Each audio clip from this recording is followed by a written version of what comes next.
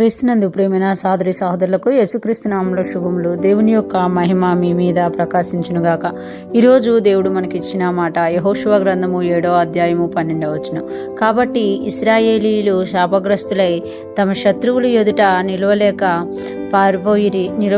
వెనుకకు తిరిగిరి. శాపగ్రస్తులైన వారు మీ మధ్య నుండకుండా మీరు వారిని నిర్మూలము చేసితేనే తప్ప నేను మీకు తోడయ్యుండను. ఈ మాటలు యెహోషువ గ్రంథంలో మనం చూస్తున్నాము.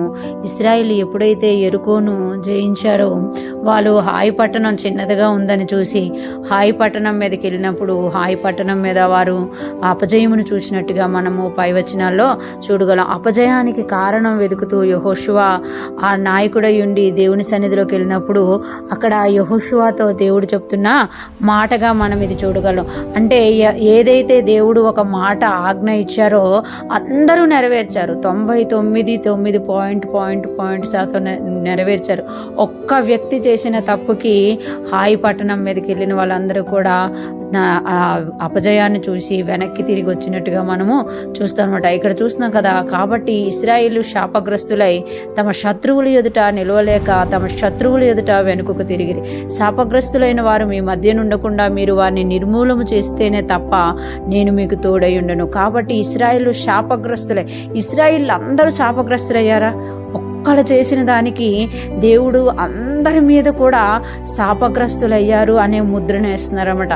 అంటే ఆకాను చేసిన ఒక్క వ్యక్తి చేసిన పాపము ఇశ్రాయేల్ అపజయానికి శత్రువు ఎదుట నిలవకుండా వెనకకి తిరిగిపోవడానికి కారణమైందనమాట. ఇక్కడ దేవుడు అంటున్నారు కదా, శాపగ్రస్తులైన వారు మీ మధ్య నుండకుండా మీరు వారిని నిర్మూలము చేసితేనే తప్ప అంటున్నారు.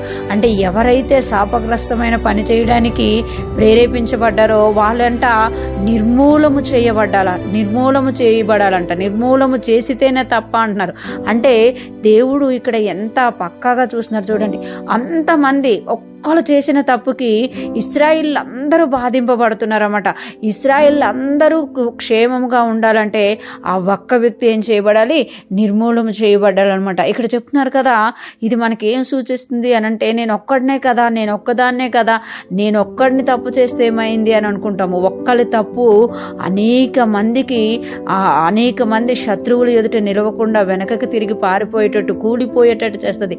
అదే ఒక్కరు నీతిగా జీవిస్తే ఆ ఒక్కరి నీతిని బట్టి దేవుడు అనేక మందిని నీతిమంతులుగా చేయగలమట. అంటే ఒక్కలమే కదా నేనేం చేయగలను, నేను అనేదాన్ని నువ్వు అనుకోకుండా మనము చేయగలిసిన ఒక్కరమే ఏదైతే మనం దేవుని సన్నిధిలో చేయగలుగుతామో అది చేసినప్పుడు అది అనేక మందికి ఆశీర్వాదకరంగా మారుతుంది అనమాట. ఆదాము చేసిన పాపము అనేక మందికి సంక్రమించినట్టే యేసు ప్రభువారు ఒక్కరు చేసిన శిలువ యాగము అనేక మందిని రక్షించినట్టు మనము కూడా ఒక్కలమే అయినా మనము నీతిగా జీవిస్తే, మనము వాక్యానుసారంగా జీవిస్తే, మనము ఆశీర్వాదకరంగా జీవిస్తే మన వలన దేవుడు అనేక మందిని తన వైపు త్రిప్పుకోగలుగుతారన్నమాట. ఈరోజు ఫ్రెష్ మన వింటున్న ప్రతి ఒక్కరం కూడా నేను ఒక్కరిని తప్పు చేస్తే ఏంటి అనే భావంలో నుండి నేను ఒక్కదాన్నే నిలబడతా, నేను ఒక్కదాన్నే ప్రార్థన చేస్తా, నేను ఒక్కడనే దేవుని సన్నిధికి వెళతా, దేవునితో పోరాడతా అని మనం అనుకున్నప్పుడు అది అనేక మందికి రక్షణ కారకంగా దేవుడు చేయగలుగుతారు. అటువంటి కృపా జ్ఞానం మనందరికీ కలుగునుగాక.